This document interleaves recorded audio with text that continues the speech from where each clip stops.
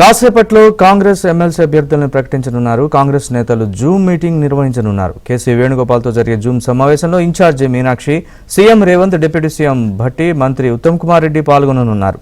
రేపు ఉదయం అసెంబ్లీలో కాంగ్రెస్ అభ్యర్థులు నామినేషన్ దాఖలు చేయనున్నారు.